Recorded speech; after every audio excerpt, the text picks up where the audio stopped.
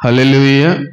దేవుని యొక్క మహా ఉన్నతమైనటువంటి కృపను బట్టి 2025 సంవత్సరపు ఆఖరి మాసాలకి మనం అందరం కూడా ప్రవేశించడానికి దేవుడు అద్భుతమైనటువంటి కృపని, వాత్సల్యతను మనందరి పట్ల కూడా కనుపరుస్తూనే వచ్చాడు. చాలామంది అనుకునే ఉండుంటారు 2025 ప్రారంభంలో నేను మాట్లాడినప్పుడు ఏమనంటే, ఈ సంవత్సరం అంతా ప్రకటన గ్రంథాన్ని ధ్యానించబోతున్నాం అంటే 22 అధ్యాయాల్ని ఇలాగ సంవత్సరం అంతా ధ్యానించడం ఏ విధంగా జరుగుతుందండి? అది ఎలా సాధ్యం అవుతుందండి? అదేమి కీర్తన గ్రంథం కాదు కదా సంవత్సరం అంతా ధ్యానించడానికి. 22 అధ్యాయాల్ని సంవత్సరం పొడుగునా ధ్యానించుట అది సత్యమేనా, అసలు అది జరుగునా అని అనుకున్నారు ఏమో. కానీ దేవుడు అనుకుంటే పెద్ద విషయం ఏం కాదు. దేవుడు ప్రేరేపించాడు గనక, ఆయన ఈ విధంగా నడిపించాలనే ఆలోచన కలిగి ఉన్నాడు గనక ఈ సంవత్సరపు అంతం వరకు, ముగింపు వరకు కూడా ఇంకా మనం ధ్యానించవలసినటువంటి విషయాలు ఎన్నో మిగిలే ఉన్నాయంటాను. నాకైతే చాలా కనబడుతున్నాయి.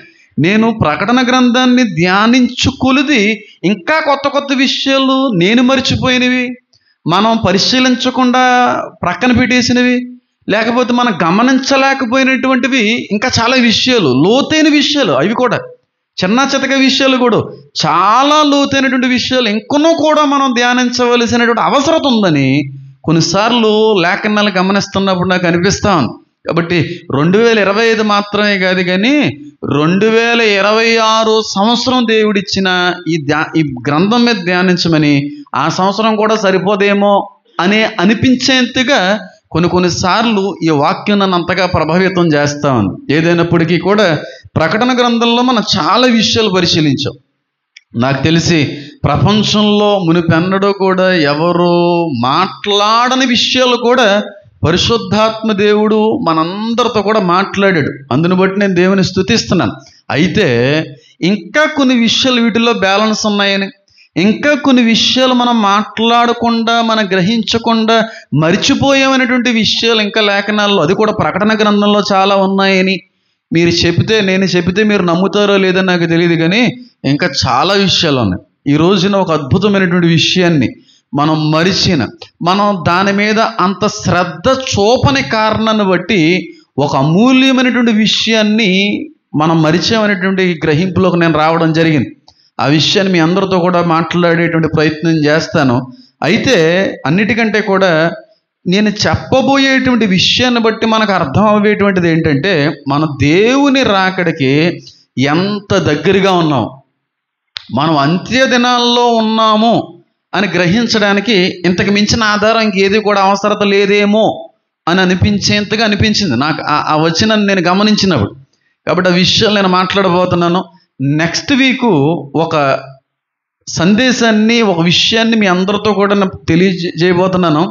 చాలా సంవత్సరాల్లో ఎవరికి కూడా తెలియజేయకూడదు అని చెప్పి నేను దాచిపెట్టుకున్న విషయాన్నే నేను చెప్పాలి అనే ప్రేరణ దేవుడు అందించాడు కనుక నెక్స్ట్ వీక్లో ఒక అద్భుతమైన విషయం, చాలా వరకు నెగిటివిటీ కూడా వచ్చే విషయమే, కానీ ఉన్న విషయాన్ని మీ అందరితో కూడా మాట్లాడాలని నేను ఎంతగానో ఆశపడుతున్నాను. అయితే ఈరోజు ప్రకటన గ్రంథంలో, అది కూడా 11వ అధ్యాయంలో ఒక మాటను నేను గమనించడానికి దేవుడు కృప అందించాడు. ఆ మాటని బహుశా మనం అందరం కూడా గ్రహించలేదా, లేకపోతే గ్రహించి దీనిలో అంత విషయం ఏముందలే అని అశ్రద్ధ చేసావా, లేకపోతే చదువుకుంటూ అలా వెళ్ళిపోతున్నటువంటి కారణాన్ని బట్టి అది అసలు మనకు కనబడలేదో మనకు తెలియదు. కానీ నాకైతే చాలా స్పష్టంగా కనబడడానికి దేవుడు ఒక చక్కటి వీలుని కలుగజేశాడు. ఆ విషయం మీద నేను మాట్లాడాలని దేవుని ప్రేరణ కలిగి ఉన్నాను. ప్రకటన గ్రంథం 11వ అధ్యాయము 18వ వచనాన్ని కానీ మనం గమనిస్తే ఖచ్చితంగా ఆలోచించదగిన ఒక విషయం ఆ చోట కనబడతాం. నేను చదువుతాను, మీరు నన్ను వెంబడించే ప్రయత్నం చేయండి. ప్రకటన గ్రంథము 11వ అధ్యాయము 18వ వచనము. జనములు కోపగించినందున నీకు కోపము వచ్చెను, మృతులు తీర్పు పొందుటకును, నీ దాసులకు ప్రవక్తలకును పరిశుద్ధులకును నీ నామమునకు భయపడు వారికిని తగిన ఫలమునిచ్చుటకును, గొప్పవారేమి కొద్దివారేమి భూమిని నశింపజేయు వారిని నశింపజేయుటకును సమయము వచ్చి ఉన్నదని చెప్పిరి అనేటువంటి మాట ఒక చోట కనబడతా ఉంది. ఈ ఒక్క వచనం మీద నెలంతా ప్రసంగించవచ్చు. అంత అద్భుతమైనటువంటి సమాచారం, అంత అద్భుతమైనటువంటి నిగూఢమైనటువంటి విషయాలు ఆ ఒక్క వచనంలో రాయబడి ఉన్నాయి. అయితే ఈ వచనం అంతటినీ కూడా వివరించాలనేటువంటి ప్రయత్నం నేను చేయట్లేదు, కానీ ఈ వచనం యొక్క ఆఖరి భాగంలో ఒక మాట రాయబడింది. ఆ మాట నన్ను ఎంతగానో ఆకర్షింపజేసింది అంటాను. ఏమి ఆ మాట అంటే, భూమిని నశింపజేయు వారిని నశింపజేయుటకును అనే మాట. ముందుగానే చెప్తున్నాను, ఇక్కడ ఉన్న వాళ్ళే కాదు, చూసే వాళ్ళకు కూడా 18+ అయితేనే మీరు చక్కగా వాక్యమేనండి. 18+ కాకపోతే కొన్ని విషయాలు చెప్పుతున్నప్పుడు చెవులు మూసుకోవడం మంచిది. అది మాత్రం నేను చెప్పగలను. క్లియర్గా వాక్యం సెలవిస్తున్నటువంటి మాట ఏంటంటే, భూమిని నశింపజేయు వారిని నశింపజేయుటకు ఏమొచ్చిందంట? సమయం వచ్చిందంటే. దేని నాశనం చేసిన వాళ్ళని చెప్పాలి? భూమిని నాశనం చేసిన వాళ్ళని. నేను ఒక మాట అడుగుతున్నాను, క్లియర్గా ఉండండి. ఒక మనిషి భూమిని నాశనం చేయగలడా? ఎంత గొప్ప మహాభూమిని, ఎంత గొప్ప నేలని, ఎంత గొప్ప భూలోకాన్ని మనిషి నాశనం చేయగలడా? కానీ వాక్యం ఏమని రాయబడి ఉందో తెలుసా? భూమిని నశింపజేయు వారిని ఏం చేయడానికి సమయం వచ్చిందంట? చెప్పాలి. నశింపజేయుటకు సమయం వచ్చిందంటే భూమిని నాశనం చేసేటువంటి వారు కూడా భూలోకంలో ఉన్నారని కదా అని అర్థం. అంటే భూమిని పాడు చేసేటువంటి మనుషులు కూడా భూమి మీద సంచరిస్తున్నారని కదా అని అర్థం. క్లియర్గా అదే రాయబడి ఉంది. భూమిని ఎవరైతే పాడు చేయాలన్న ఉద్దేశం కలిగి ఉన్నారో, భూమిని ఎవరైతే నాశనం చేయాలంటే ప్రయత్నాలు చేస్తున్నారో, భూమిని ఎవరైతే సంపూర్ణంగా కల్మషం చేసి కంటామినేట్ చేసి ఇంక పూర్తిగా భూమిని సర్వనాశనం చెయ్యాలని ఎవరైతే అనుకున్నారో వారందరినీ కూడా దేవుడు ఏం చేయబోతున్నాడంటే నాశనం చేయబోతున్నాడంట. ఇక్కడ భూమిని నశింపచేయు వారిని నశింపచేయుటకు సమయం వచ్చినదని వారు అనిరి అనే మాట రాయబడి ఉంది. భూమి అనేటువంటి ఆ పదం మనం మెటీరియలిస్టిక్ థింగ్గా చూడడానికి వీల్లేదు. భూమి అనేటువంటి దాన్ని భూలోకాన్ని ఉద్దేశించి దేవుడు మాట్లాడుతున్నాడు.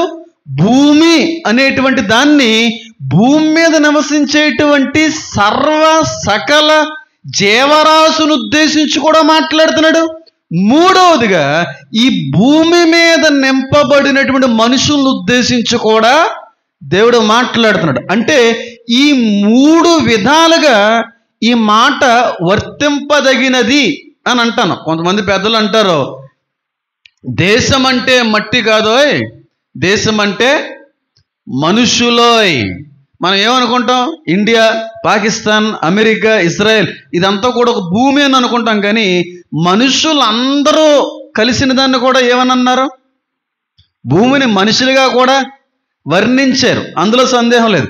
కాబట్టి ఇప్పుడు ఇక్కడ మాట్లాడబోయేటువంటి మాట కేవలం భూలోకాన్ని ఉద్దేశించి మాత్రమే కాదు, కానీ ఆ భూలోకంలో నివసించేటువంటి జీవరాశిని ఉద్దేశించి మాట్లాడుతున్నాడు. ఆ భూలోకాన్ని లేటువంటి మనుషులను ఉద్దేశించి కూడా ఇక్కడ దేవుడు మాట్లాడుతూ ఉన్నాడు. కాబట్టి ఈ 3 విధాలుగా ఎవరిని బట్టయితే పాడవుతుంది భూమి, ఆ భూమిని నాశనం చేసినటువంటి వ్యక్తుల్ని దేవుడు ఏం చేయబోతున్నాడంట? నాశనం చేయబోతున్నాడంట.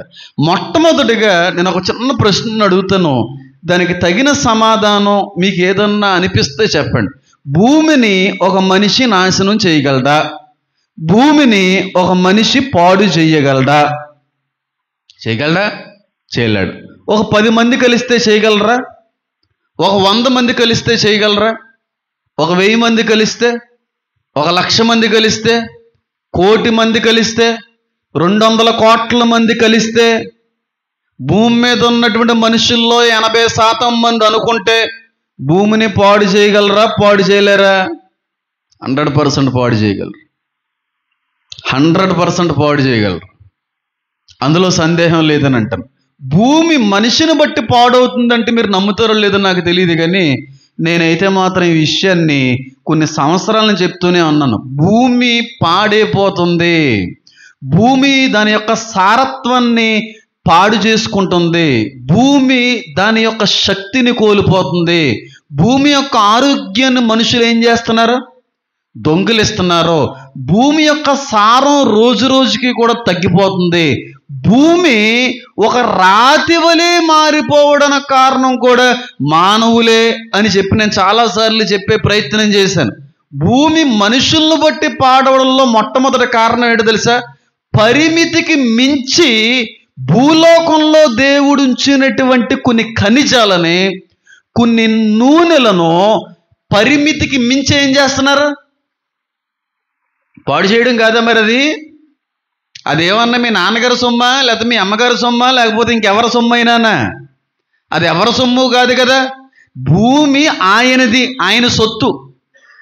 మరి ఆ భూమిలో ఉన్నటువంటి దాన్ని నువ్వు వాడుకోవచ్చు, నువ్వు అనుభవించవచ్చు, నువ్వు జీవించడానికి దాన్ని ఉపయోగించుకోవచ్చు అని చెప్పాడు. అంతేకాని పరిమితికి మించి ఉపయోగించుకోవడం వల్ల ఏమైపోతుంది? భూమి పాడైపోతుంది. భూమితో పాటుగా మానవుడు కూడా పాడైపోతున్నాడనే గ్రహింపులోకి రావట్లేదు మానవ జీవితం. చిన్నప్పుడు చిన్న సామెత చెప్తూ ఉండేవారు, ఎంతమంది గుర్తుందో నాకు తెలియదు, కానీ మా అమ్మమ్మ గారు ఎక్కువగా చెప్తూ ఉండేవారు ఈ మాటని. మా అమ్మమ్మ గారి తర్వాత ఇదే సామెత మా అమ్మగారు ఎక్కువగా చెప్తూ ఉండేవారు ఇదే మాటని. ఏమనంటే, ఒక చెట్టులు నరికేటువంటి వ్యక్తి ఒక కొమ్మ మీద కూర్చున్నటువంటి కొమ్మనే నరుక్కుంటున్నాడంట. వాడు పడిపోయేంత వరకు తెలియదు ఏమని, వాడు కూర్చున్న కొమ్మనే వాడు నరుక్కున్నాడని. మనుషుల పరిస్థితి కూడా అదే విధంగా ఉందని చెప్పి అనిపించడంలో ఏ విధంగా కూడా అతిశయోక్తి లేదంటాను. మనిషి యొక్క స్వార్థం ఎంత పరిమితికి మారిపోయింది, దారి తీసేసింది, దాటిపోయిందంటే అంతకు మించికి దారిపోయింది. మనిషి ఎప్పుడూ స్వార్థపరుడే. ఇప్పుడు ఏదో కొత్తగా స్వార్థం వచ్చిందని నేను అనట్లేదు. ఆదాము కాలం నుండి కూడా మనిషి స్వార్థపరుడే అని రుజువుపరచబడుతూనే ఉంది. మనిషికి కావలసినంత ఉన్నప్పటికీ ఇంకా కావాలి అని కోరుకునేది ఎవరన్నా ఉన్నారంటే భూమి మీద ఎవరో? మనిషే. కుక్కకు అన్నం పెట్టో, దాని ఆకలి తీరింది, మిగిలిన అన్నాన్ని ఏం చేస్తుంది చెప్పండి? విడిచిపెట్టి వెళ్ళి పడుకుంటుంది. సింహానికి మంచి జింక దొరికింది, ఎంత ఆకలి అయితే తీరాలో అంత ఆకలి తీరిన తర్వాత తినేసి ఏం చేస్తుంది?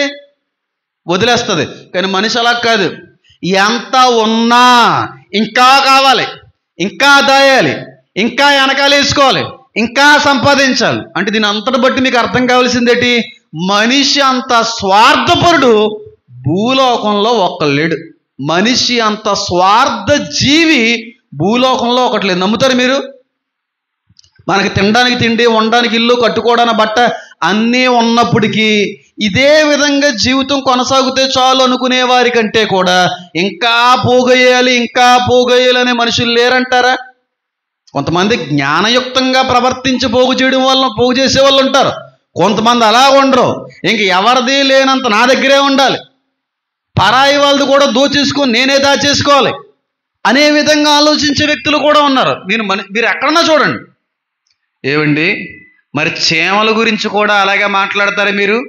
మరి దేవుడు చీమల గురించి నేర్చుకోండి అన్నాడు అంటే అవి కూడా దాచుకుంటున్నాయి కదండి అని ఇలాంటి పనికిమాలి లింకులు పెడతారేమో చూడండి. చీమలు వర్షాకాలంలో పని చేయలేవు, నువ్వు చేయగలవు. ఇలాంటి దిక్కుమాల క్వశ్చన్లు అడిగారంటే అంతకంటే ఎక్కువ సమాధానాలు వచ్చేస్తారు దగ్గర నుంచి. అర్థమవుతుందో లేదో? కొన్ని కాలాలు అవి శ్రమించలేవు కాబట్టి కొన్ని కాలాల కొరకు అవి ఆ భోజనాన్ని దాచిపెట్టుకుంటాం. అది జ్ఞానం. ఆ జ్ఞానంతో మనం పెట్టుకోవడం తప్పేం కాదు.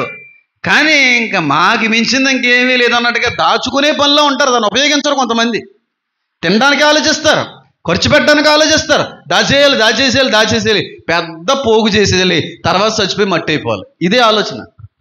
దేవుడు ఒక వ్యక్తిని దీవించేటట్టు దానిలో ఉన్న ప్రధానమైన ఉద్దేశం ఏంటో తెలుసా? నీవు దాన్ని బట్టి ఆరోగ్యాన్ని పొందాలి, నువ్వు దీవించబడాలి. నువ్వు దీవించబడిన తర్వాత మిగిలిన దాన్ని బట్టి ఇతరులు కూడా దీవించబడాలి, దీవెనకరంగా ఉండాలనే ఉద్దేశంతో దేవుడు కొంతమందిని దీవిస్తుంటాడు. దాచిపెట్టుకోమని కాదు. స్వార్థం ఉందా మనిషిలో లేదో చెప్పండి. కానీ మనిషికి తెలియని విషయం ఏంటంటే భూమిలో బోల్డ్ అంత ఖనిజం ఉంది, బోల్డ్ అంత నూనె ఉంది, ఆయిల్ రిఫైనరీస్ ఉన్నాయి. ఎంత తవ్వినా ఇంకా వచ్చేస్తున్నాయి అనుకుంటారు. కానీ ఒకానొక సమయానికి ఈ భూమి అంతా కూడా ఒక అగ్నిగుండంగా మారిపోవడానికి మన యొక్క అజ్ఞానపు క్రియలే అని ఆలోచన చేయలేకపోతున్నారు. ఎర్త్ ఇన్నర్ క్రస్ట్ వరకు వెళ్ళాలంటే కష్టం, కానీ ఒక లెవెల్ వరకు ఆయిల్స్ ఉన్నాయి. అది మనుషులకు కూడా ఉపయోగమే. కానీ మనుషులు ఏం చేశారు? దాన్ని అవసరానికి మించి, పరిమితికి మించి లోపల ఉన్న జ్యూస్ అంతా ఏం చేసేస్తున్నారు చెప్పండి? లాగి పాడేస్తున్నారు. ఒకానొక సమయానికి ఇది ఎంత భయంకరమైనటువంటి ప్రకృతి వైపరీత్యాలకు దారితీస్తుందో చాలామంది ఆలోచించలేకపోతున్నారు. దీన్ని బట్టి మనిషి ఏం చేస్తున్నాడు? భూమిని ఇప్పుడు చాలా దేశాలతో పాటుగా మన దేశంలో కూడా ఒక ప్రత్యేకమైనటువంటి కార్యక్రమాన్ని మొదలుపెట్టారు. ఏంటి అంటే ఇక్కడి నుంచి ప్రతి వెహికల్ కూడా, ప్రతి బండి, ప్రతి కారు దేంతో నడవాలి? కరెంటుతోనే నడవాలి. మనం అనవసరంగా ఇంధనాన్ని పాడు చేయడంతో పాటుగా కాలుష్యాన్ని కూడా పాడు చేస్తున్నాం గనుక ఎయిర్ పొల్యూషన్కి డీజిల్, పెట్రోల్ కార్లే కారణం అవుతున్నాయి గనక మనం ఇక్కడి నుంచి ఏ వాహనాలు వాడాలి? ఈవి ఎలక్ట్రికల్ వెహికల్స్ వాడాలి అని ఆలోచనలోకి వచ్చారు. ఎప్పుడు? అంత అయిపోయిన తర్వాత నిజంగా కాలుష్యాన్ని బాగు చేయడానికి అనే ఆలోచన కంటే ముందు రోజుల్లో పొరపాటున కూడా ఇంకా మనకి పెట్రోలు, డీజిల్ దొరకదు అనేటువంటి పరిస్థితికి వచ్చేసింది లోకం. సౌదీ అరేబియా ఈవీ వెహికల్స్కి ఎందుకు పర్మిషన్ ఇవ్వట్లేదు? ఎందుకంటే అక్కడ బోల్డ్ అంత ఆయిల్ ఉంది. కానీ వాళ్ళకి తెలియని విషయం ఏంటంటే ఆయిల్ ట్యాంకర్లు, ఆయిల్ గనులన్నింటినీ కూడా దేవుడు ఒక రోజున ఏం చేయబోతున్నాడు? పేల్చేయబోతున్నాడు. అది ప్రకటన గ్రంథంలో రాయబడి ఉంది. వాళ్ళకి అవసరం లేదు, కానీ మనకి వేరే దేశాల్లో నుండి ఆ పెట్రోల్ కొనుక్కొని తెచ్చుకునే అవసరం. రేపు రోజున ఏదన్నా యుద్ధాలు జరిగితే వాళ్ళు అమ్మనంటారు. అప్పుడు ఏమైపోద్ది? ట్రాన్స్పోర్ట్ ఆగిపోతే ఏమైపోద్ది అనుకుని అన్నాను. ఆర్థిక వ్యవస్థ పడిపోద్ది, ఆహారపు నిల్వలు పాడైపోతాయి, ఆహారం రేట్లు ఎంత కూడా నేను చెప్పడం జరిగింది. ఆ ముద్రలు చెప్పినప్పుడు చెప్పాను ఇవన్నీ. నేను ఇప్పుడు లేటుగా తెలుసుకుని ఎప్పటికీ మనం ఆయిల్ని చాలా వృధా చేసేసాం అని చెప్పి ఎలక్ట్రికల్ వెహికల్స్ అనేటువంటివి మొదలు పెట్టడం అనేది జరిగింది. అర్థమవుతుంది మనిషికి. నెమ్మదిగా ఆయిల్ అంతా లాగేస్తున్నారు. ఆ భూమి అంతా కూడా పాడైపోవడానికి కూడా కారణం అవుతుంది. అదేవిధంగా భూమి మీద ఉన్నటువంటి శ్రేష్టమైనటువంటి వాయువు అంతా కూడా కోల్పోవడానికి కూడా ఎవరో తెలుసా కారణం? ఆక్సిజన్ లెవెల్స్ అనేటువంటివి కొన్ని సంవత్సరాల్లో అసలు పూర్తిగా పడిపోతాయని నాసా వాళ్ళు చెప్పారు. నమ్ముతారా మీరు? నాసా వాళ్ళు చెప్పారు. నాకు ఎప్పుడో వచ్చింది అది. రీసెంట్గా ప్రసన్న గారు ఎక్కడికో జర్నీలో ఉంటే చూసావా నువ్వు అని చెప్పి చూపిస్తే నేను షాక్ అయ్యాను. అప్పుడే ఎప్పుడో వచ్చింది. తర్వాత నాకు అది చూసాను గుర్తొచ్చింది మళ్ళీ. నాసా అనేటువంటి బృందం భూలోకంలో ఆక్సిజన్ లెవెల్ అనేటువంటిది పడిపోతుంది, ముందు రోజుల్లో ఇంకా పడిపోతుందని చెప్పారు కొన్ని సంవత్సరాల్లో. దానికి కారణం ఏంటి తెలుసా? చెప్పండి. మనిషే. ఏం చేశాడండి మనిషి? ఆక్సిజన్కి మనిషికి సంబంధం ఏంటండి అని అడిగారు కనుక చెట్లను ఏం చేస్తున్నాడండి మనిషి? ఆ చెట్లు ఎవరు సొత్తండి? ఎవరు కలుగు చేశారండి? భూమి నుంచి ఎవరు మొలకలు మొలిపించారండి? ఆయన కలుగు చేసిన సృష్టిని, ఆయన భూమిని పాడు చేయడానికి నువ్వెవడవరా అంటాడు దేవుడు. నిజం.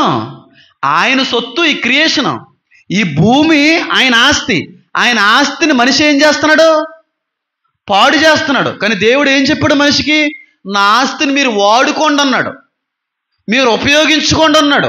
కానీ మనిషి స్వార్థం ఎక్కడికి వెళ్ళిపోయింది తెలుసా? వాడుకోవడం, ఉపయోగించుకోవడం కాదు, పాడు చేసే అంతగా వెళ్ళిపోయాడు. ఇప్పుడు దేవుని ఆస్తిని పాడు చేస్తే దేవుడు ఊరుకుంటాడా? నీ ఆస్తి జోలికి వస్తే నువ్వు ఊరుకుంటావా?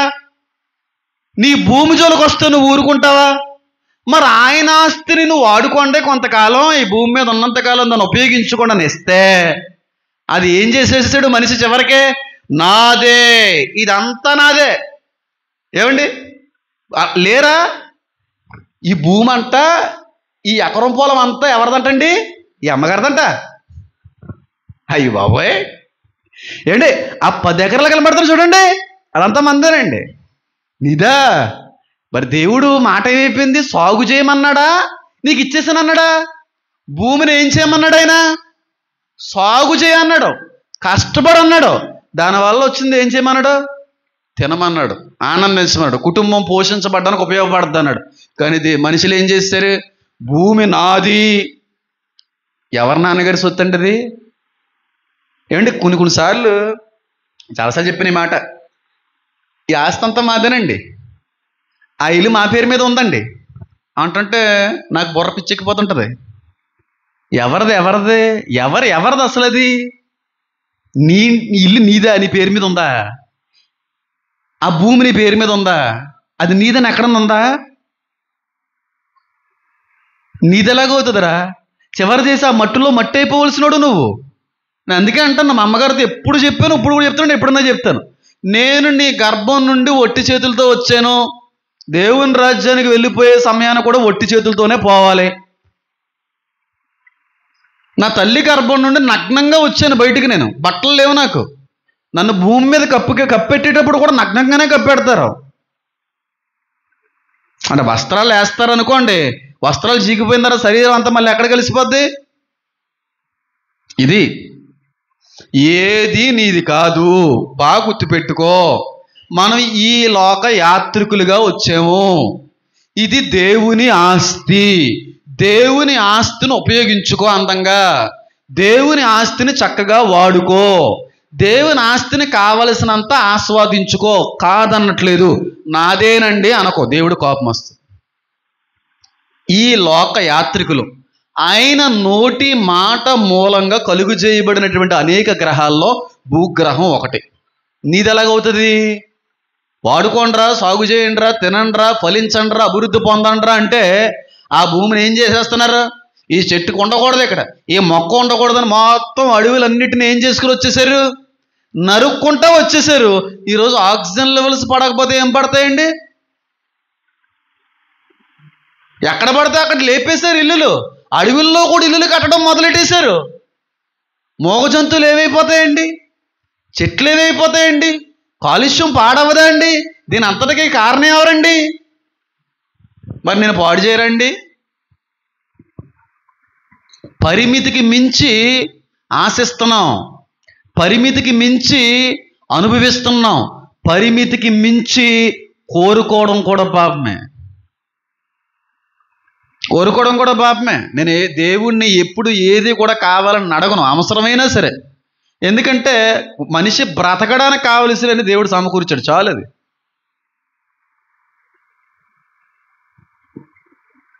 ఎంతలా చేసేసాడంటే ఇండస్ట్రీలను లేపడానికి, అవి లేపడానికి, ఇవి లేపడానికి ఎక్కడ వరకు వెళ్ళిపోయింటే మనిషి చెట్లు లేకుండా చేసి పడేశాడు.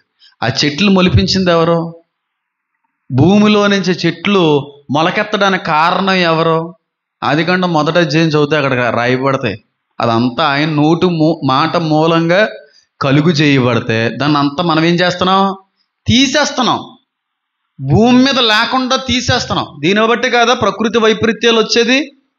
దేవుని ఉగ్రత ఒక్క కారణం అయితే మనిషి చేసుకున్నటువంటి దానికి మనిషి అనుభవించేటువంటి పరిస్థితులు వచ్చినాయి మనకి. ఈ రోజున భూకంపాలు కావచ్చు, సునామీలు కావచ్చు, ప్రకృతి వైపరీత్యాలు కావచ్చు, ఇవన్నిటికీ కారణం ఎవరు? ఇలాగే అందరూ ఉండాలని నేనైతే కోరుకోవట్లేదు, కానీ ఉంటే మంచిదని మాత్రం ఆశపడుతున్నాను. ఏది నీది కాదు, బాగా గుర్తుపెట్టుకే. కలిగి ఉన్నది ఏది కూడా ఆయన లేకుండా కలగలేదు. ఆయనది, నాది అని ఎప్పుడు అనకు, దేన్ని బట్టి అనకు, భూ సంబంధమైన వాటి విషయంలో అసలు అనకు. ఈ భూమి నాది, ఎకరం నాది, ఆ స్థలం నాది. చచ్చిపోతే ఏమైపోద్ది నీ స్థలం? నువ్వేమైపోతావు? ఈరోజు ఆస్తులు ఉంటే పేరు, ఎన్నిళ్ళు ఉంటే అంత పేరు, ఎంత డబ్బు ఉంటే అంత పేరు, ఇంతగా అంతా అయింది.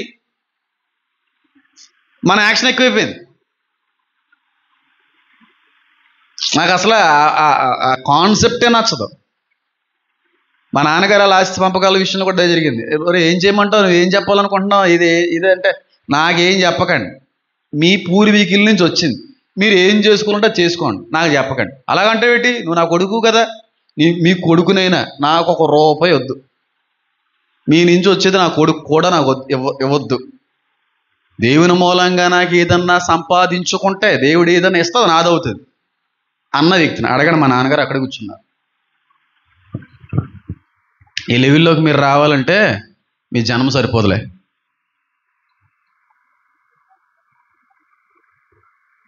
హ్యాపీగా సాగు చేయండిరా, తినండిరా, ఆ వృక్షపు ఫలాలు భుజించండిరా అంటుంటే వృక్షాలు లేకుండా ఏం చేస్తున్నాడండి మనిషి? మరి ఇలాగెంత భూమిని పాడు చేసినందుకు కారణమైన వ్యక్తులు పాడు చేయడా? ఇది మొట్టమొదటి కారణం. భూమి ఈ విధంగా అనేక కారణాలు బట్టి పాడవుతుంది. ఇది మొట్టమొదటి కారణం. రెండవదిగా ఈ భూమిని పాడు చేసినటువంటి వారిని నాశనం చేస్తానంటాడు చూడండి. ఈ భూమిలో నివసించేటువంటి జీవరాశి కూడా దేవుని దృష్టిలో భూమిలో భాగమే. జీవరాశులన్నీ కూడా ఎవరి నోటి మాట మూలంగా కలిగాయి? మరి ఇప్పుడు వాటిని పాడు చేసే మనుషులు ఉన్నారంటారా లేరంటారా? లేరా? చిన్న ఎగ్జాంపుల్. నా చిన్నప్పుడు పిచుక అనే పక్షి కనబడేది. ఇప్పుడు కనబడుతుందా? దానికి కారణం ఏంటి? నేను పాడు చేయాలో వద్దా? మనం అనుకుంటున్నాం ఏంటో తెలుసా? టెక్నాలజీ పెరుగుతుంది, మన దేశంలో రోజు రోజుకి అభివృద్ధి పొందుతున్నాం అని అనుకుంటున్నాం. కానీ మనం అభివృద్ధి పొందేటువంటి క్రమంలో దేవుని యొక్క సృష్టిని పాడు చేస్తున్నాం అనే విషయాన్ని గమనించలేకపోతున్నాం. పాడు చేస్తున్నాం అనేటువంటి గ్రహింపులోకి మనం రాలేకపోతున్నాం. ఎంత గొప్ప జీవరాశి ఎక్స్టింక్ట్ అయిపోయినాయి తెలుసా? What it means in extinction. అంతరించిపోయే తెలుసా? పిచ్చుకలు అంతరించిపోవడానికి మనిషే కారణం.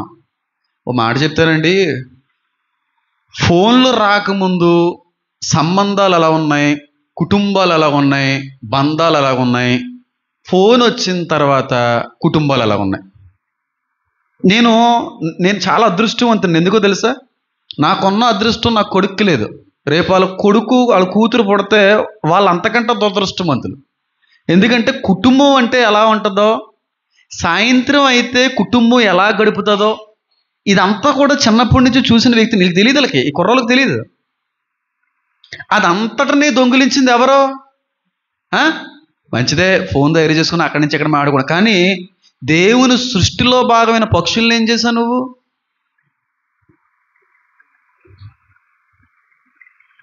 ఫోన్ వచ్చిన తర్వాత కుటుంబాల్లో ఐక్యత లేదమ్మా. ఎంత బాగుంటుందంటే ఫ్యామిలీ రిలేషన్షిప్ అనేటువంటిది ఎంత బాగుండేది. సాయంత్రం అయితే అరుగు మీద కూర్చొని చక్కగా మాట్లాడుకొని అమ్మమ్మలో వాళ్ళు వాకలు కల్లాపేస్తుంటాయి. ఆ కల్లాపు చూస్తూ ఎంతో ఆనందంగా ఉండేది. సాయంత్రం అయ్యేటప్పుడు వేడివేడిగా అన్నం తినేసి 4 మాటలు మాట్లాడుకొని చక్కగా ఓ చోట పడుకునేవారు. ఇప్పుడు అలా లేదే. భోజనం చేస్తున్నప్పుడు కూడా రెండో పెళ్ళం. ఎవరా రెండో పెళ్ళం? చెప్పాలి. ఫోన్ పక్కనే ఉండాలి. భోజనం చేస్తున్నప్పుడు కూడా అమ్మగారు ఉండాలి. కట్టుకున్న పిల్లం అన్నా దూరంగా ఉంటుంది. కానీ ఈ రెండో పిల్లం మాత్రం లేకపోతే అయ్యగారికి ఏం పట్టదు, నిద్ర పట్టదు. ఈ ఫోన్ వచ్చి ప్రేమల్ని దొంగిలించిందండి. మీరు నమ్మండి నమ్మకపోండి, కుటుంబాల మధ్యన ఉన్నటువంటి బంధాన్ని దొంగిలించింది అది. ఫోన్తోనే ఉంటే ఇంక మాట్లాడుకోవడం ఇంకెప్పుడు ఉంటుంది? తర్వాత రోజుల్లో అసలు కుటుంబ వాల్యూస్, ఫ్యామిలీ వాల్యూసే ఉండవు. ఫోన్ కనిపెట్టినటువంటి వ్యక్తి క్రైస్తవుడే కదా అంటారేమో. మళ్ళీ బయట వాళ్ళు ఎవరన్నా మీ క్రైస్తవుడే కనిపెట్టాడు అని అంటారేమో. జ్ఞానం ఇచ్చిన దేవుడే, కానీ దుర్వినియోగపరుచుకున్నాం. ఎక్కువగా పరిమితికి మించి దాన్ని ఉపయోగించుకునే ప్రయత్నం చేసామేమో. ఒకప్పుడు ఎంత కప్ప ఫోన్ ఉండేది, ఇలా పెట్టుకుని మాట్లాడేవాళ్ళు. బాగానే ఉంది కదా. అప్పుడేం పక్షులు చచ్చిపోలే కదా. సిగ్నల్స్ 5Gలు 4Gలు వచ్చిన తర్వాత ఏమొచ్చినాయి? అప్పుడున్నది ఇప్పుడున్నా బాగానే ఉంటుంది కదా. అంటే టెక్నాలజీ అభివృద్ధిని నేను ఎప్పుడూ కూడా ఖండించట్లేదు, తప్పు అని అనట్లేదు. కానీ ఈ క్రమంలో సృష్టిని పాడు చేస్తున్నాం, దేవుని ఆస్తిని పాడు చేస్తున్నాం అంటున్నాను. ఎన్ని జీవరాశులు ప్రాణాన్ని కోల్పోయినాయి. నేను ఎక్కడో మొన్న ఏదో ఊరు వెళ్ళినప్పుడు పిచ్చుకులు గుంపంతలా ఎగిరిందండి. అయ్యి బాబు, 8 సంవత్సరాలు ఏంద్రా బాబు పిచ్చుకులను చూసి. ఏదో ప్రైమ్ మినిస్టర్ గారిని చూసినంత ఆనందం అనిపించింది నాకు. అమ్మ పిచ్చుకలు అయితే బతికే ఉన్నాయని ఆయన. ఇప్పుడు 6G కూడా వద్దంట. 6G 5G సరిపోలేదు, 6G ఉన్నాయి. ఇంటికలన్నీ ఊడిపోతున్నాయి ఆ తల మీద. ఆ సిగ్నల్స్కే బట్టతల్లో వచ్చేయడం, జుట్టు రాలిపోవడం, లేనిపోని వ్యాధులు రావడం. నిజమమ్మా. మా ఇంటి మీద ఒకసారి ఒక ఇలాంటి టెలికమ్యూనికేషన్కి సంబంధించిన బ్రాండ్ ఒకళ్ళు వచ్చారు. మా పెద్దనాన్నగారికి ఉపలాంటివి ఎక్కువ కదా, ఇలాంటి నా వస్తుంటే ఆయనకి ఉపలాంటివి ఎక్కువ. కమ్యూనికేషన్ టెలికాంకి సంబంధించిన ఆయన వచ్చి, సార్ మీ బిల్డింగ్ మీద మేము సిగ్నల్ టవర్ వేయాలనుకుంటున్నామండి, నెలకి ఇన్ని లక్షలు వస్తాయి, అడ్వాన్స్ వస్తాయి, మీ మిగతాదంతా మాదే ఖర్చండి అని అన్నారు. అలాంటివి వస్తుంటాయి టవర్ వేయడానికి. కానీ వేసామంటే చుట్టుపక్కల నుంచి కంప్లైంట్లు వస్తాయి, మన బేస్ చచ్చిపోతాం, చుట్టుపక్కల వ్యాధులు వచ్చేస్తాయి, లేనిపోని రోగాలు వచ్చేస్తాయి. ఆలోచించి ఒప్పుకోలేదండి. నాన్నగారు గుర్తుందో లేదో, ఎయిర్టెల్ వాళ్ళు ఈ విధంగా చాలా జీవరాశి నాశనం అయిపోయింది, పక్షులు నాశనం అయిపోయినాయి, అంతరించిపోతున్నాయి. దేవుడేమో వాటిని కలుగు చేశాడే. ఆదాము కాలం నుండి ఇప్పటి వరకు మనం చూసుకుంటే బోల్డ్ రకాలైన పక్షి జాతి అంతా కూడా నాశనం అయిపోయింది. కానీ దేవుడు వాటిని ప్రేమిస్తున్నాడు. ఒక్క పిచ్చుకు రాలినా ఏమంటున్నాడు, నాకు తెలియను అంటున్నాడు. ఇటు ఒక్క పిచ్చుక రాలడం కూడా ఆయన గమనిస్తున్నాడంటే వాటి మీద దృష్టి ఉంచాడా లేదా? ఇలా కొన్ని వచనాలన్నీ కూడా ఎత్తుకొని మాట్లాడితే చాలా టైం పడేస్తుంది. అనవసరంగా ఒక జీవికాన్ని చచ్చిపోతే, ఒక జంతువు చచ్చిపోతే దాని లెక్క నేను అడుగుతానన్నాడు. జంతువుని అంత ప్రేమిస్తున్నాడు దేవుడు. అలాగే జంతువు ఒక మనిషిని కానీ చంపేసింది అనుకో, దాన్ని అడుగుతున్నాడు మనిషిని చంపినందుకు వరకు.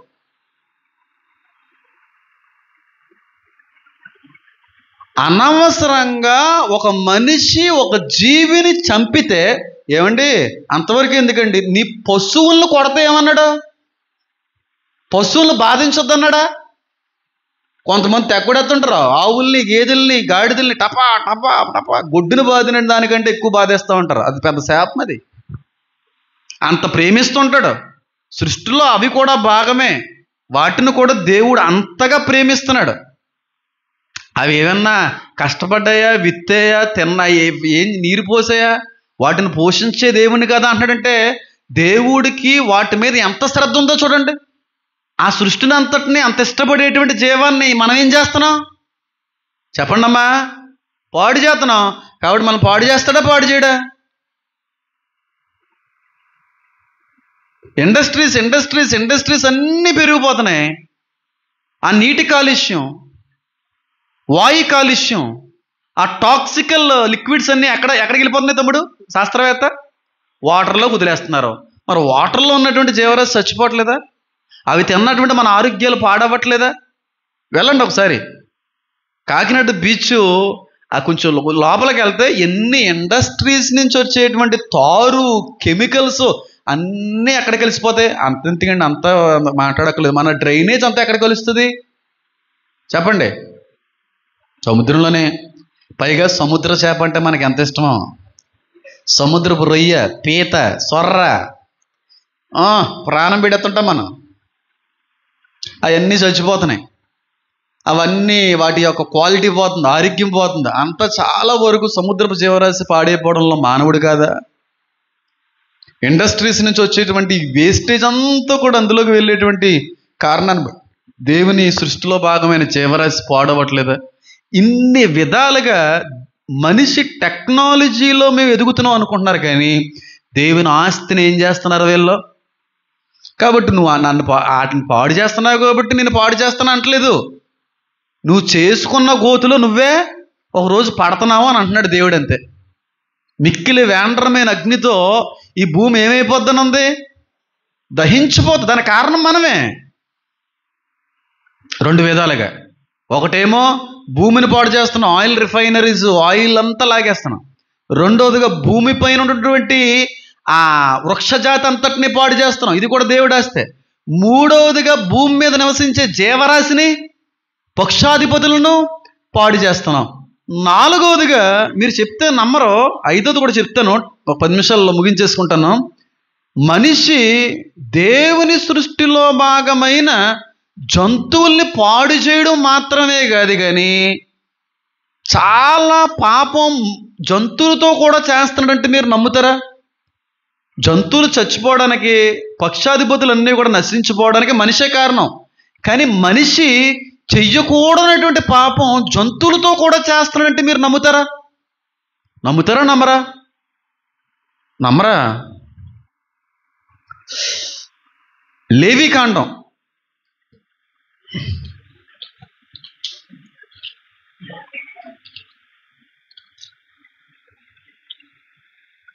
లేవీకాండం 18వ అధ్యాయం ఒకసారి తీస్తే మనిషి ఎంత దుర్మార్గుడో, ఎంత దౌర్భాగ్యుడో, దేవుని యొక్క ఉగ్రతకి ఎంత పాత్రుడో ఈ వచనాన్ని బట్టి మీకు అర్థమవుతుందండి.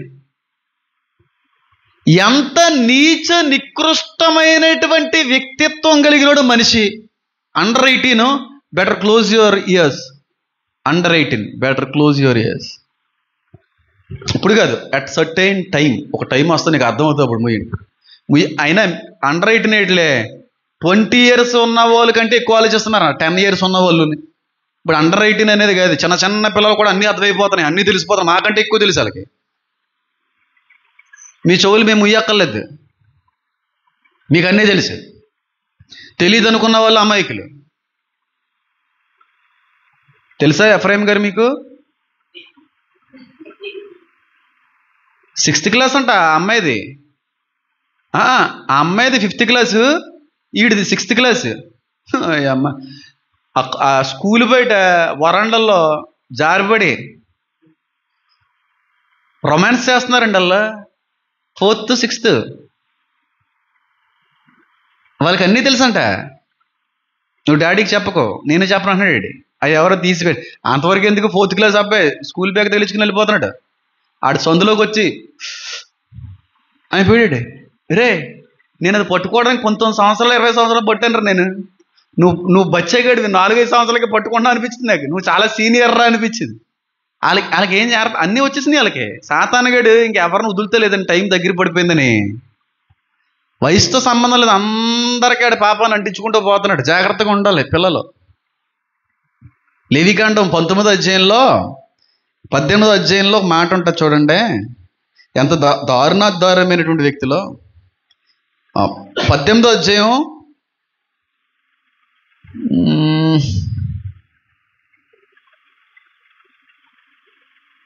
ఇదంతా చదివితే చాలా గొప్ప విషయాలు ఉంటాయి. ఇలాంటి పరిస్థితులు ఈ రోజుల్లో ఖచ్చితంగా చాలా అవసరం. ఎందుకంటే వాయు వరసలు ఉంటలే కొంతమందికి. వాయు వరసలో పెట్టిందే దేవుడు. కొంతమంది అంటారు వాయు వరసలు ఏదో చెల్లించి చేసుకున్నాడు, అది చేసాడు. ఒకప్పుడు ఉంది, తర్వాత పెట్టుకొచ్చాడు దేవుడు. అలా ఉండకూడదని దాని గురించి మాట్లాడరు. సరే, చాలామంది ఇంటర్వ్యూలకి 2 days బ్యాక్ అయితే ఎన్ని ఫోన్లు వచ్చినాయి, రండి బాబు నేను రాను. నేను కొన్నిటికైతే చాలా దూరంగానే ఉన్నాను, నేను వెళ్ళాలనుకోవట్లేదు. కొంతమంది దగ్గరికి వెళ్ళాలనుకుంటున్నాను. 18వ అధ్యాయం 19వ వచనం చూడండి. అపవిత్రత వలన స్త్రీ కడగా ఉండినప్పుడు ఆమె మానచ్ఛాదమును తీటుకు ఆమెని సమీపింపకూడదు. అంటే ఇది మెన్సస్ టైంలో. ఇది ఇప్పుడు కూడా ఫాలో అవుతూ ఉంటారో అవన్నీ కొట్టివేయబడ్డాయి దేవుల్లో. కానీ తర్వాత ఈ కొట్టివేయబడ్డాయి అంటే మాత్రం ఊరుకొని ఉండే. చూడండి, కూడకూడదు. నువ్వు ఏమాత్రమును నీ సంతానం నీ పొరుగు అని భార్య యందు నీ వీరస్థలము చేసే వల్ల అపవిత్రత కలుగు చేసుకొనకూడదు. నేను నన్ను కూడా చెప్పాను కదా, ఏంటి ejaculation, pouring out the seed. అది అస్సలు అయిపోయినట్టే ఏదో అనుకుంటారు చాలామంది. అమ్మ బాబాయ్, సెమ్మన్కే అంత ఎనర్జీ ఉంది, అంత వాల్యూ ఇచ్చాడు.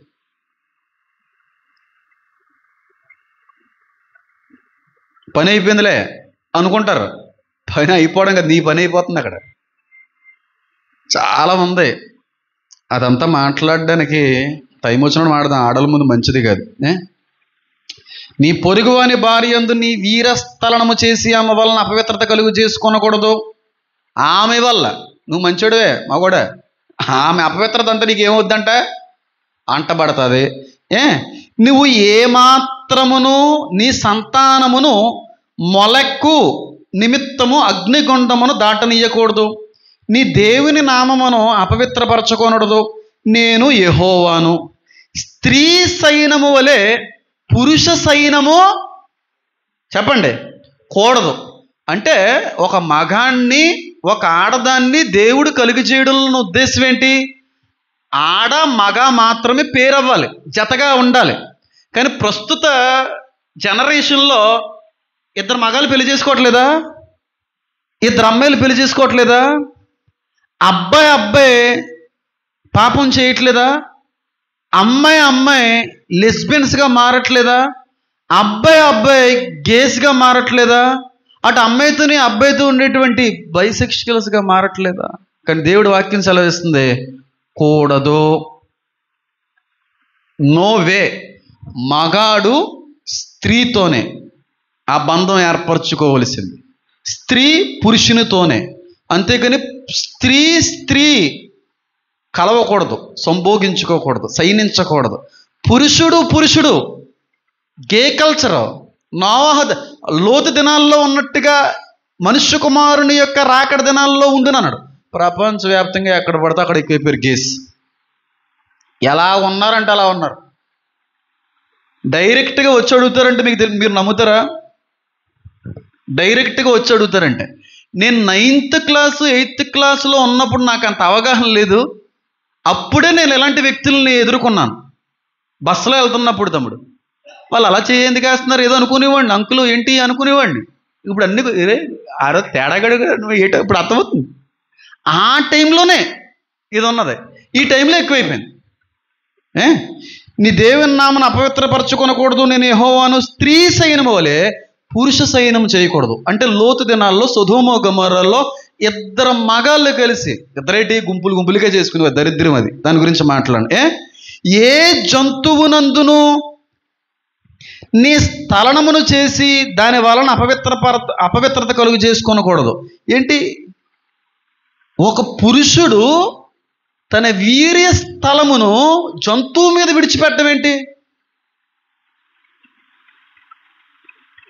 అది ఎలా సాధ్యం అవుతుంది? ఒక మగాడు ఇజాక్యులేషన్ అనేది, వీర్యస్థలనం అనేటువంటిది జంతువు మీద చేయకూడదు అంటాడేంటి దేవుడు? అంటే మగాడు జంతువులతో కూడా చేసేవారా? చేసేవారు కాదు, ఇప్పటికీ చేస్తున్నారు. జంతువులతో కూడేటువంటి మగాళ్ళు ఉన్నారు అంటే మీరు నమ్ముతారా? నా జీవితంలో 3 సార్లు 3 ప్రత్యేకమైన వ్యక్తులను చూశాను. ఆ టైంలోనే జంతువులతో మగవారు చెప్పడానికే నాకు చాలా ఇబ్బందిగా అనిపిస్తుంది, కూడేవారు.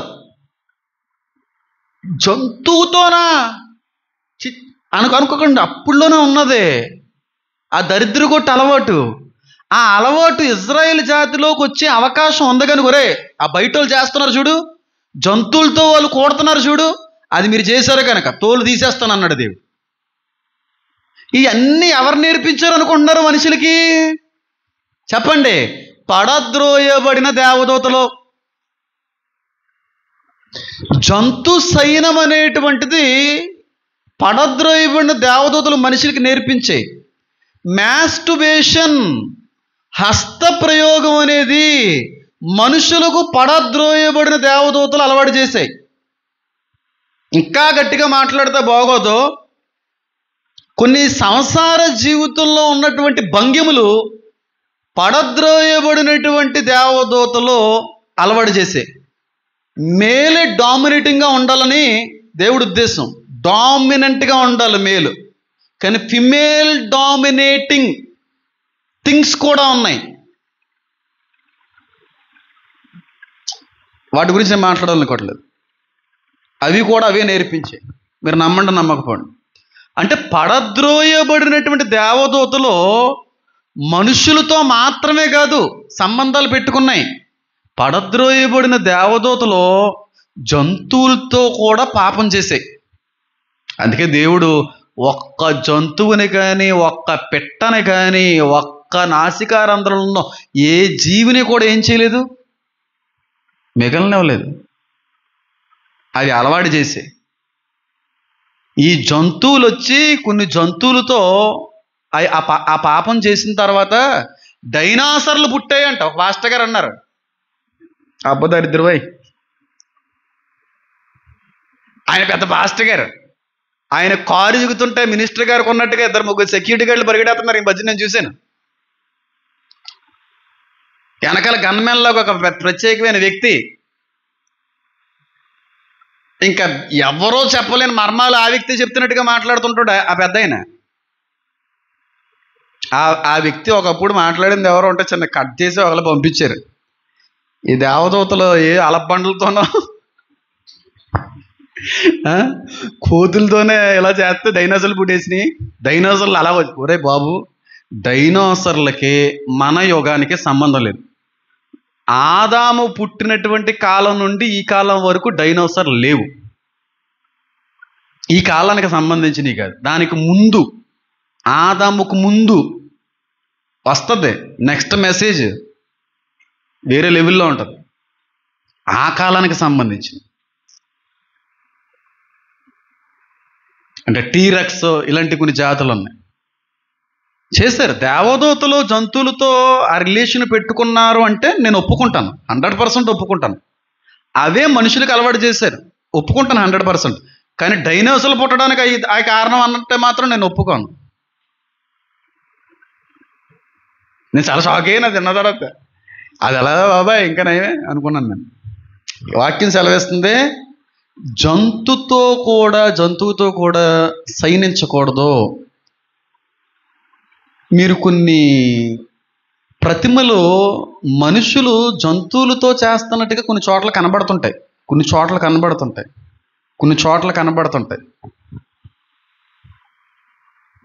చోట్ల నేను చూశాను.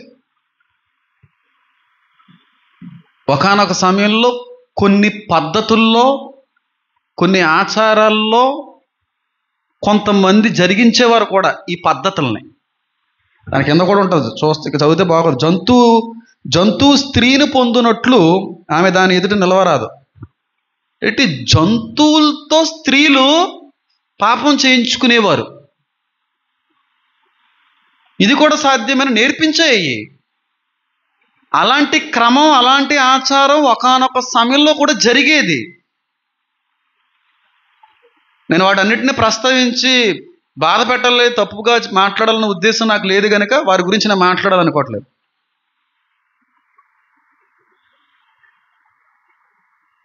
గుర్రాలతో వీటితో జరిగేది, అవి నేర్పించే ఎప్పటికీ జరుగుతున్నాయి. అటువంటివి మనుషులు కామ క్రోధములని భరించలేక, వాటిని తట్టుకోలేక జంతువులతో పాపం చేసే వాళ్ళు కూడా ఉన్నారు, నేను చూశాను. 20వ సంవత్సరం 20th ఇయర్లో ఒక 25 సంవత్సరాల కుర్రోడు ఒక పశువుతో చేయడం అనేటువంటిది నేను గమనించాను. నాకు 28 సంవత్సరాలు వచ్చిన తర్వాత ఒక పెద్ద ఆయన, వయసు సుమారుగా 50-60 సంవత్సరాలు ఉంటాయి, ఆ వ్యక్తి పశువుతో అలాంటి పాపం చేయడం అనేది నేను చూశాను. రీసెంట్గా 3 సంవత్సరాల క్రితం, 20 సంవత్సరాలు కూడా ఉండవు ఆ కుర్రోడికి, వాడు కూడా ఒక పశువుతో పాపం చేయడం అనేది నేను చూశాను. నేను బైబిల్ పట్టుకొని చెప్తున్నాను. నేను స్టన్ అయ్యాను. అంటే వాళ్ళు చేస్తున్నారని నేను అన్న, కానీ వాళ్ళల్లో నింపబడిన దురాత్మలు ఆ విధంగా చేస్తాయి. ఆదిలోని చేసేయి, ఇప్పుడు చేసేయి. ఇప్పుడు దేవుని సృష్టిలో భాగమైన మోగ జంతువులు కూడా ఇలా చేస్తుంటే దేవుడు ఊరుకుంటాడా? భూమిని నాశనం చేసిన వారిని నేను చేస్తాను. ఆ కాలం నుంచి ఉన్నాయి. ఈ పడద్రోయబడిన దేవదూతలు తెచ్చిపెట్టినాయండి. చాలా పాపాన్ని మనిషికి నేర్పినవి అవే.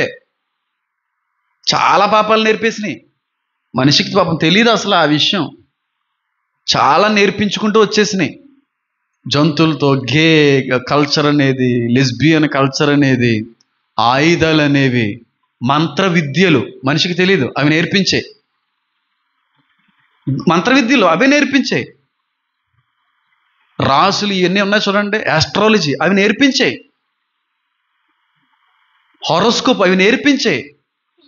అవి నేర్పించిన వాటిని మీరు వెంబడించొద్దు అంటున్నాడు దేవుడు. అందుకే మనం ఎప్పటికీ వెంబడిస్తుంటాం. మంచని, చెడని, నక్షత్రం అని, రాశని, సాతాను సంబంధమైన దూతల ద్వారాగా భూలోకానికి పరిచయం అయినటువంటి ఆచారాలు అయ్యి.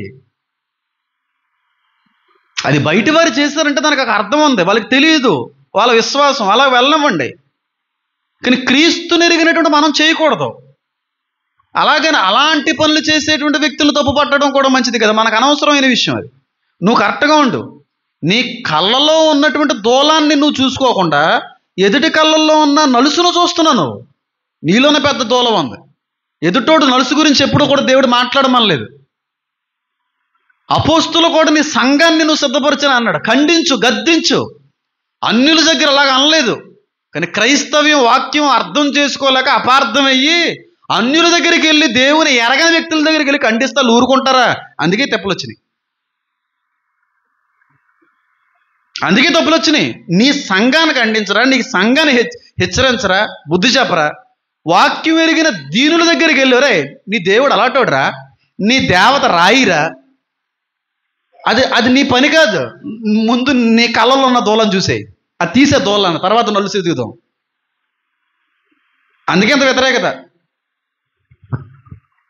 అర్థమైందా నేను చెప్పింది మీకు? చివరికి జంతువులను కూడా ఏం చేశాడండి? నేను ఒక 3-4 days 3-4 ఇంకెక్కువ రోజులు అవుతుంది లేదు కానీ పెంపుడు కుక్క అంటండి, జూలు కుక్కని రేప్ చేస్తున్నట్టండి ఒక దరిద్రుడు. అంటున్నారా? నాకైతే ఆడిని అనకూడదు, ఆమె ఇబ్బంది పడ్డాను. ఎందుకంటే మామూలుగానే కుక్కలు అంటే నాకు ఇష్టం, జంతు ప్రేమికుని మీకు తెలుసు. అది ఓవర్గా బ్లీడ్ అయిపోతుంటే ఆ పక్కన ఉన్నటువంటి స్థానికులు చూసి ఆడిని చెదగా కొట్టేశారు పట్టుకొని. జూలు కుక్క. ఒరే అంత ఎక్కువైపోతాయి, నేను చెప్తున్నాం కదరా బాబు, ఒరే వెళ్ళి పెళ్లి చేసేసుకో, లేదంటే ఇంకా స్థితిగతులు బాగోక కొంతమంది ఉన్నారు, అలా వెళ్ళమన్న ఉద్దేశం కాదు. కానీ ఏం చేసినాయండి బాబు, జూలు కుక్క ఏం చేసిందండి అది?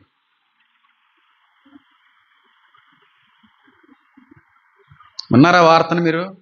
నీకు ఇలాంటివి మీ దగ్గరకు వస్తాయి కదా ఇలాంటి విషయాలు. చాలా ముందా జూలుకు ఒక ఏడు కొట్టేస్తే ఏమవుతుందండి? దురాత్మలు,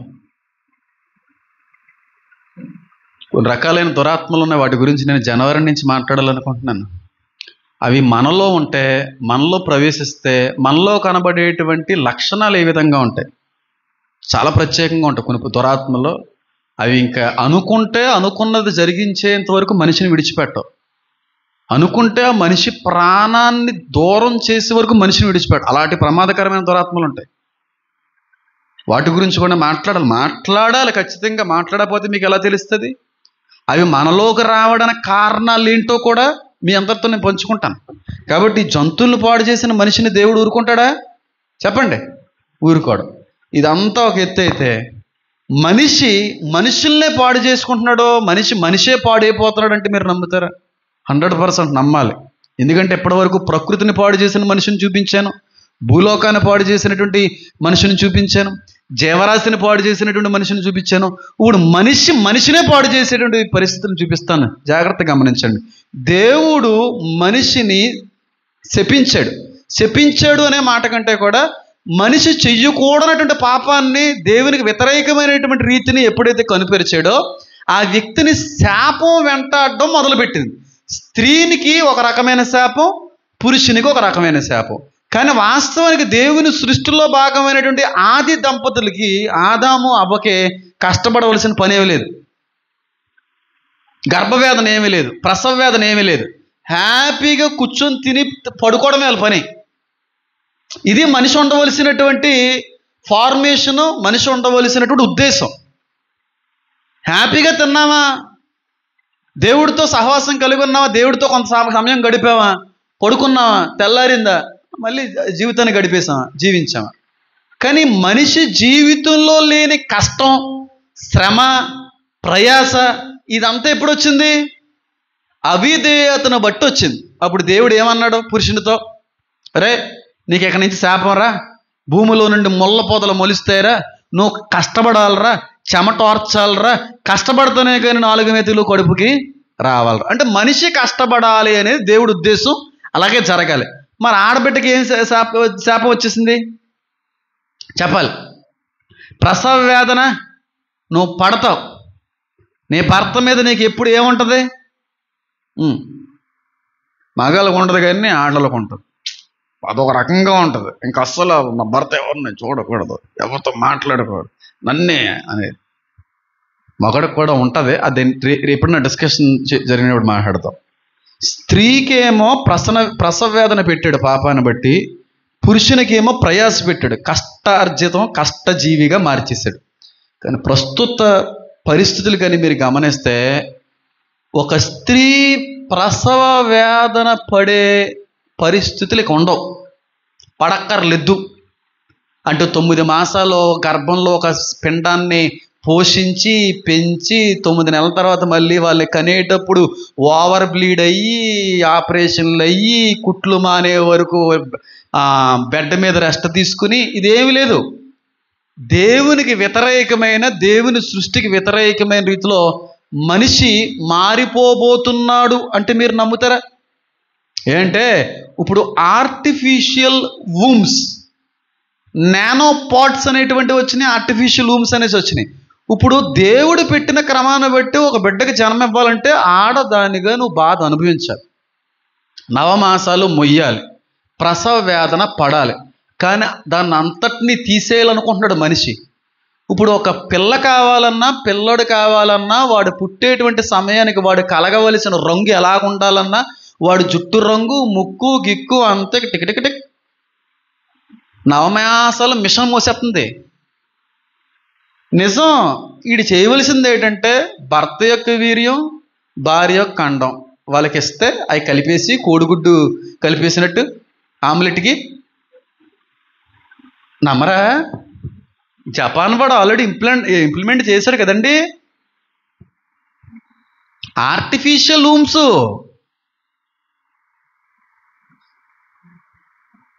ప్రకృతి సంబంధిత జన్మలు కాదు, ఆర్టిఫిషియల్ హ్యూమనాయిడ్స్ అంటాను. అస్సలు కనక్కర్లేదు. భార్య భర్తల సంసార జీవితంలో చేయొచ్చు, కానీ ప్లానింగ్ అలాంటివి చేయకూడదు. అది మనం సేకరించి వాళ్ళకి మన సిబ్బందికి ఇచ్చి కొంత డబ్బు కానీ వాళ్ళకి ఇస్తే వాళ్ళకి నచ్చిన విధంగా, మనకి నచ్చిన విధంగా రచ్చిన రంగులు, ఆడ కావాలంటే ఆడ, మగ కావాలంటే మగ కూడా కదరా. మరి దేవుడు గర్భఫలం యెహోవా ఇచ్చి బహుమానం అంటున్నారు. మరి ఇది ఎలా వస్తున్నట్టు? ఆడ మగ ఆయన ఉద్దేశంలో బట్టి జరగాలి. ఇది మనిషి అనుకున్నట్టుగా జరుగుతుంది. కాబట్టి ఈ ఆత్మలు ఏ విధమైన ఆత్మలు ఉంటాయో మరి పాడు చేస్తున్నాడా మనిషి మరొక మనిషిని? ఎంత దారుణమో చూడండి. ఎక్కడికి వెళ్ళిపోయాం. నిన్న నాకు ఒక డాక్యుమెంటరీ వచ్చింది, నేను చదవడానికి టైం లేక నేను చదవలేదు. 2030 కల్లా మనిషి పొరపాటును కూడా మరణించుటకు అవకాశం లేని విధంగా నానోపాట్స్ అంట. నువ్వు నాకు ఆల్రెడీ కూడా చెప్పు, నాకు ఇది దాని మీద పరిశోధిస్తుంటాడు ఈ కుర్రాడు. నానోపాట్స్ అంటే మనిషికి ఏ వ్యాధిని బారిన పడినా అవి చికిత్స అందిస్తూ ఉంటాయి. ఏ వ్యాధి బారిన పడకపోతే మనిషి హ్యాపీగా బతికేస్తాడు కదా, చావడు కదా. 2030 కంట మనిషి యొక్క పతనానికి పునాదులు తవ్వుతున్నాడు. గర్భవేదన ఉండాలి, ప్రసవ వేదన ఉండాలనేమో దేవుడు చెప్తే ఆ వేదనే వద్దని చెప్పి 9 నెలల్లో 9 మాసాల్లో ఇంకొక చోట పిల్లని పుట్టించేటువంటి పద్ధతులు, పెంచే పద్ధతులు ఎక్కడి వరకు ఎందుకండి? ఇప్పుడు కొత్తగా వచ్చినాయి అంటాం. 7వ నెల ఎవరికైనా పిల్లలు జారిపోయారు అనుకోండి, హాస్పిటల్ బృందం అంతా కూడా వాళ్ళు ఎన్ని నెలలు పోషింతారు? ఆ టెక్నాలజీ ఎప్పుడూ వచ్చింది కదా, ఇప్పుడు ఇంకా ఎక్కువైంది. అంటే దేవుని సృష్టి క్రమానికి వ్యతిరేకంగా మనిషి చేస్తున్న టెక్నాలజీలో ఎదిగిపోతున్నాం అనుకుంటున్నాడు, కానీ వాడి పతనాన్ని వాడే కోరుకుంటున్నాడు. రెండోది ఆర్టిఫిషియల్ ఇంటెలిజెన్స్. ఈ జ్ఞానం సహజ సిద్ధమైన మానవ జ్ఞానం కాదు. ఎన్నిసార్లనే చెప్తాను, ఆర్టిఫిషియల్ ఇంటెలిజెన్స్ AI అనేది మానవ సంబంధిత జ్ఞానం కాదు. పడద్రోయబడిన దేవదూతలు మనుషులకి నేర్పించినటువంటి జ్ఞానం ఇది. ఏలియన్స్ అనేటువంటివి మనుషులతో సంబంధం పెట్టుకున్నాయి, అవి వస్తున్నాయి పోతున్నాయి, చాలా జ్ఞానాన్ని మనుషులకి నేర్పిస్తున్నాయంటే చాలామంది నమ్మరు. ఏరియా 51లో ఏం జరుగుతుందన్నా US గవర్నమెంట్ బయటకు రానవరు, నాకు తెలుసు. అది ఆర్టిఫిషియల్ ఇంటెలిజెన్స్ కారణం కూడా పడద్రోయబడిన దేవదూతలే. అది మంచిదని మీరు అనుకుంటున్నారా? అసలు ఈ ఫోన్ వాడడమే మంచిది కాదు, మానేయాలి. నేను నేను ఎంతో బలమైన నిర్ణయం తీసుకున్నాను ముందు రోజుల్లో. అంటే నేను అనుకున్నాను టెక్నాలజీ వచ్చిన తర్వాత పక్కకి వెళ్ళిపోతాయి అన్నీ, నాకు తెలుసు. ఆర్టిఫిషియల్ ఇంటెలిజెన్స్ దేవుని యొక్క ప్రణాళికకి, దేవుని యొక్క ఉద్దేశానికి వ్యతిరేకంగా పోరాడుతుందంటే మీరు నమ్ముతారా? దేవుడి యొక్క ఉద్దేశం ఏంటో తెలుసా? మగాడిగా కష్టపడాలి. ఆర్టిఫిషియల్ ఇంటెలిజెన్స్ ఉద్దేశం ఏంటో తెలుసా? నువ్వు కూర్చో, నేను కష్టపడతాను. దైవ విరుద్ధమైనటువంటి కార్యక్రమం కాదా? నువ్వు చెమటోర్చాలి, నువ్వు దున్నాలి, సాగు చెయ్యాలి. ఆర్టిఫిషియల్ ఇంటెలిజెన్స్ వచ్చి హలో నువ్వు కూర్చో, నేను చేసి నీకు ఇచ్చేస్తాను. మనిషి పతనానికి ఆరంభం కాదా? మనం ఏమనుకుంటున్నాం తెలుసా? టెక్నాలజీ పెరుగుతుందండి, నీ బొందండి, నీ బొంద.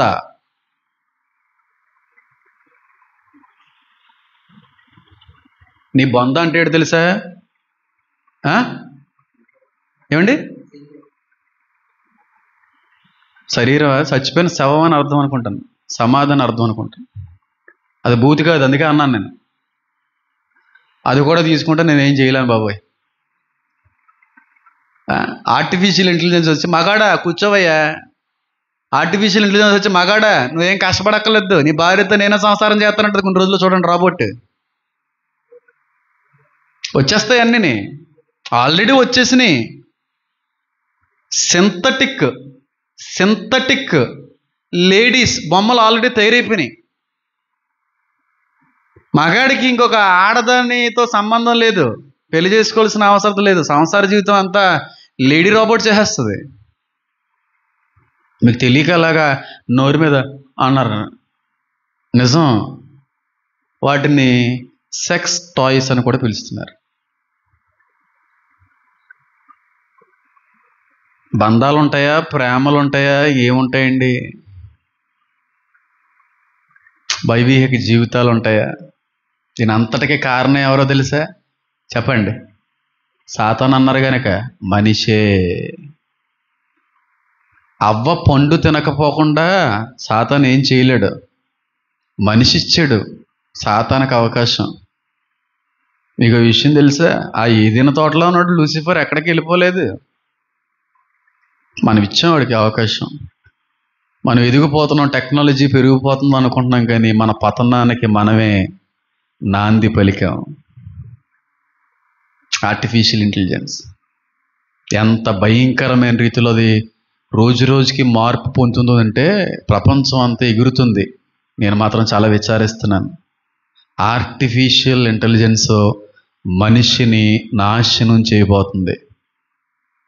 ఆర్టిఫిషియల్ ఇంటెలిజెన్స్ మనిషిని చంపేయబోతుంది, తొక్కేయబోతుంది, పాతాళానికి నడిపించబోతుంది.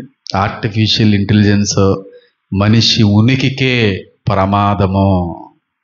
మంచిది కాదు, అస్సలు మంచిది కాదు. ఏఐ మంచిది కాదు. చాలా సాఫ్ట్వేర్స్ కూడా ఇప్పుడు రూపుదిద్దుకోబోతున్నాయి. అస్సలు డౌన్లోడ్ చేయకండి, అస్సలు మంచిది కాదు, అస్సలు మంచిది కాదు.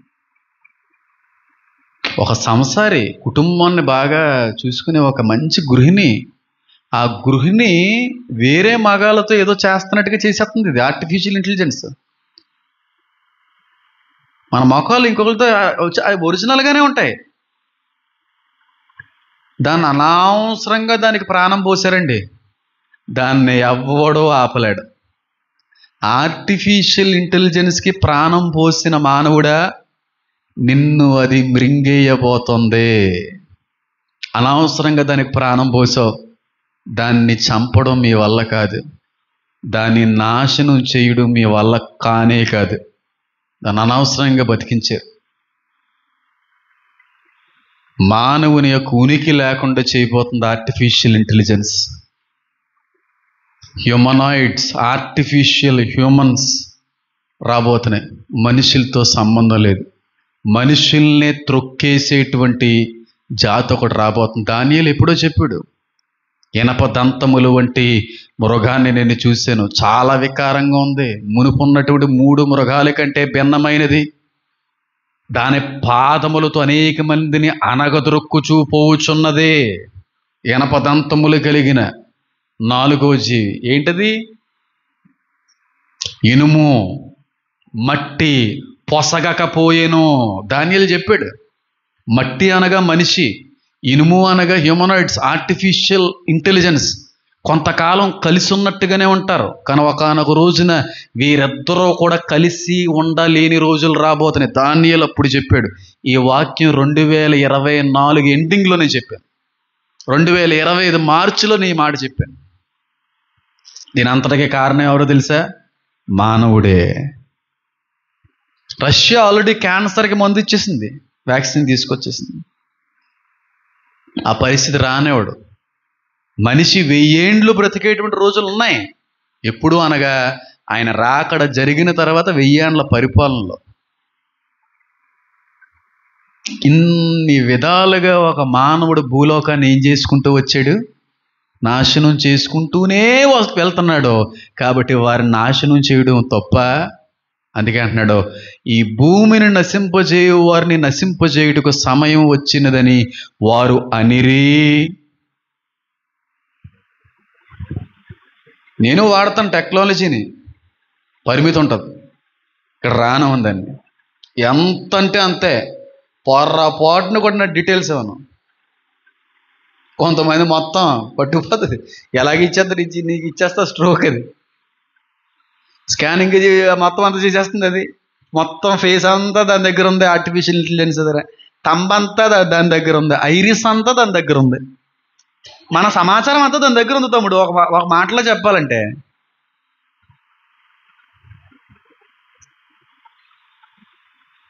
చాలా ప్రమాదంలో ఉంది. ఆర్టిఫిషియల్ ఇంటెలిజెన్సే ఇంకా ముందు రోజుల్లో ఇంక జీవితం అని చదువుకునే వాళ్ళు కూడా ఈ గ్రూపే తీసుకుంటున్నారు. ఆర్టిఫిషియల్ ఇంటెలిజెన్స్ సంబంధించిన గ్రూపు. వద్దమ్మా, మంచిది కాదమ్మా. అసలు మీకు జాబు చెయ్యడానికి అది అవకాశం ఇస్తే కదా. అదే జాబ్ చేసేస్తుంటే నువ్వు చదివింది ఏం చేసుకోవడానికి? ఆర్టిఫిషియల్ ఇంటెలిజెన్స్ అనే గ్రూపుల్లో జాయిన్ అవుతున్నారు కొంతమంది. వాళ్ళకి అసలు చెప్పేవాళ్ళు లేక ఏంటో తెలియట్లేదు. అసలు నీకు జాబు చేయడం అవకాశం ఉండదు కదయ్యా.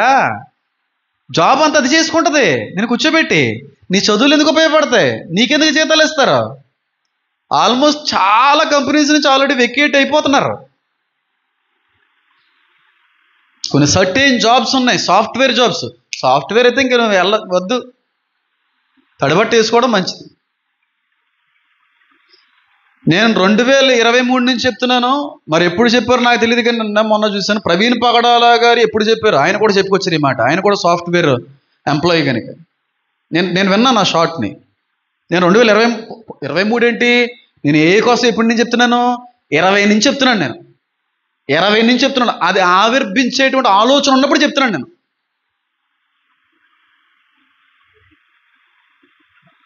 చెయ్యు. సాఫ్ట్వేర్కి సంబంధించి సిస్టమ్ వర్క్స్ పని అవ్వదు.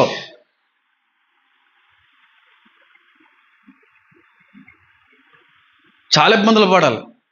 జ్ఞానంగా వ్యవహరించండి. అందుకే అంటున్నా, ఏదన్నా ఉంటే చిన్న ఏమన్నా పెట్టుకో. రైతు పని మానేసి ఉద్యోగాలు వెతుకుతున్నారు జ్ఞానం లేక. రైతులేమో బాగుంటారా? మీ వ్యవసాయాన్ని, మీ వ్యాపారాన్ని, మీ పాడి పరిశ్రమను నిలబెట్టుకోండి అంటున్నాను నేను. చాలామంది రైతులు ఉన్నారు కాబట్టి నేను సలహాదారుడికి ఈ మాట చెప్తున్నా. పాడు చేసుకోకుండా వాటిని. ఉద్యోగాలు అని చెప్పి వాటిని అమ్ముకోకండి. రేపు రోజుని మీరే కోటీశ్వర్లు, మీరే రాజులు. వ్యాపారాలు ఏమన్నా చిన్న వ్యాపారాలు పాడు చేసుకోకండి. ఉండవు ఉద్యోగాలని ముందు రోజుల్లో. మళ్ళీ చెప్తున్నాను నేను. సిస్టమ్ వర్క్ చాలా పెను ప్రమాదం ఉంది. ఫిజికల్, టెక్నికల్ ఈ పర్లేదు, కానీ సిస్టమ్ వర్క్ చాలా ప్రమాదం ఉంది. మనిషిని పాడు చేస్తుంది ఇంకొక మనిషే. అటు వారంతటికీ కారణమైన వారందరినీ దేవుడు ఏం చేస్తాడు? విడవబడిన అసంఖ్యలో నలగొడతాడు దేవుడు. కళ్ళు మూసుకోండి, ప్రార్థన చేసుకుందాం. నా దేవా, నా తండ్రి, నా ప్రభు.